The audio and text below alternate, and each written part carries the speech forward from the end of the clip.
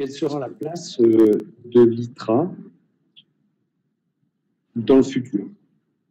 Donc, accompagnant Michel à l'I2AF à Monaco le 22 novembre 2014, j'ai apporté aussi un élément sécuritaire de par ma fonction de médecin, et c'était intéressant. On allait là-bas avec une question, c'est est-ce qu'il va être possible d'obtenir la gouvernance du trail running, d'obtenir le patronage de l'IAAF. Il avait été au préalable fait des statuts par l'ITRA, dont ces statuts avaient comme volonté de travailler et de respecter les grands principes d'organisation des fédérations internationales, des grandes organisations sportives internationales composées de fédérations nationales. Mais nous avions aussi en prérequis, Michel et moi, quand nous nous sommes rendus là-bas, de permettre aux acteurs du trail, que sont les trailers et les organisateurs et les équipementiers, d'être adhérents à ce travail. Donc, il y a un double objectif au travers de cette rencontre pour obtenir ce patronage de l'IAF. À l'issue de cette réunion, avec le secrétaire général, soutenu par Pierre Costi, qui est le secrétaire général de la Fédération française d'athlétisme, nous avons obtenu gain de cause quant au fait que l'ITRA pouvait être reconnu comme l'élément qui va demain pouvoir obtenir le patronage de l'I2AF par rapport au trail running. Mais comme je vous l'ai présenté, l'objectif était double. Il n'y a pas qu'obtenir cet élément-là avec les fédérations, mais obtenir aussi que les acteurs et organisateurs soient acteurs de cette démarche de reconnaissance dans ce patronage. Donc notre second objectif n'a pas pu être atteint lors de cette réunion. En revanche, nous ne sommes pas partis en claquant la porte. Nous nous ont ouvert la porte. Et nous ont ouvert la porte en disant on va essayer de faire une joint venture, une entreprise ensemble. On va travailler. À l'issue de ça, nous avons donc décidé avec l'I2AF de faire un groupe de travail pour scinder, comme le montre cette diapositive, l'ITRA en deux groupes.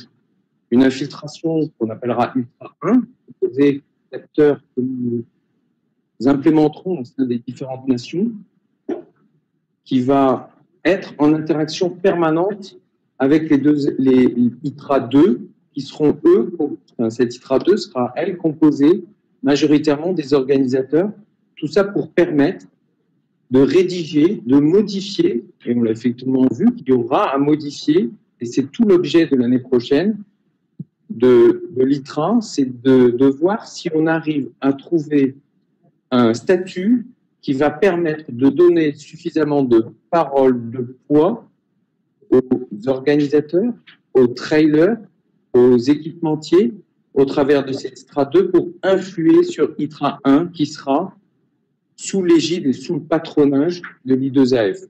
Donc c'est un véritable challenge, c'est une véritable joint venture qui nous est proposée par l'I2AF, elle est schématisée ainsi, mais en gros le chemin reste à faire pour finaliser les premiers statuts qui nous sont rédigés qui ne sont pas en tant que tels en adéquation avec ce que ce sport veut et ce que vous, organisateurs ou athlètes, voulez.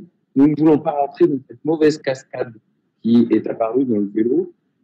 Il faut qu'on arrive à obtenir cette double reconnaissance, ITRA 1 et ITRA 2, qui va avoir une synergie positive vis-à-vis du patronage de l'I2AF.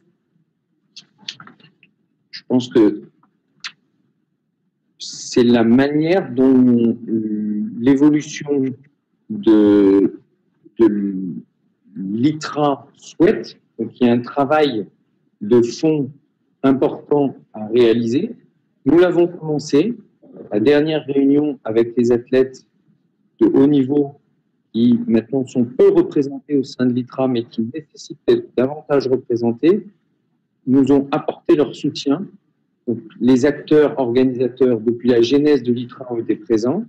Les sportifs de haut niveau ont accepté ce challenge, sont contents de cette démarche veulent être acteurs, nous l'ont bien clairement notifié lors de la réunion à Lyon, et au travers de tous ces éléments, acteurs, organisateurs et les futures fédérations de chaque pays, nous infiltrerons par le biais des organisateurs, nous infiltrerons les fédérations sportives nationales pour que nous soyons forts au sein de l'I2AF de la réalité terrain. Nous n'avons pas encore tout à fait réussi vis-à-vis de la Maxi Race, mais de grands pas ont été faits, plus d'acteurs, de représentants sportifs.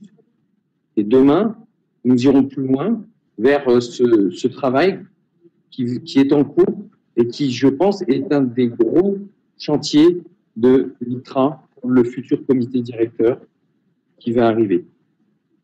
Je dois aussi, pour ma part, juste vous apporter un élément qui fait que quand on est arrivé, ils étaient satisfaits de voir que nous avions pas uniquement la chronométrie, mais aussi l'aspect sécurité santé, et que ça a été un vrai plus que de leur apporter clé en main cet univers que la France, par les catastrophes qu'elle a connues, a pu développer dans l'intérêt de développer ce sport et qui les rassure. Ils se sont sentis au travers du train, au travers de cette dimension sécurité médicale, réflexion, recherche, lutte contre le dopage ou politique de santé.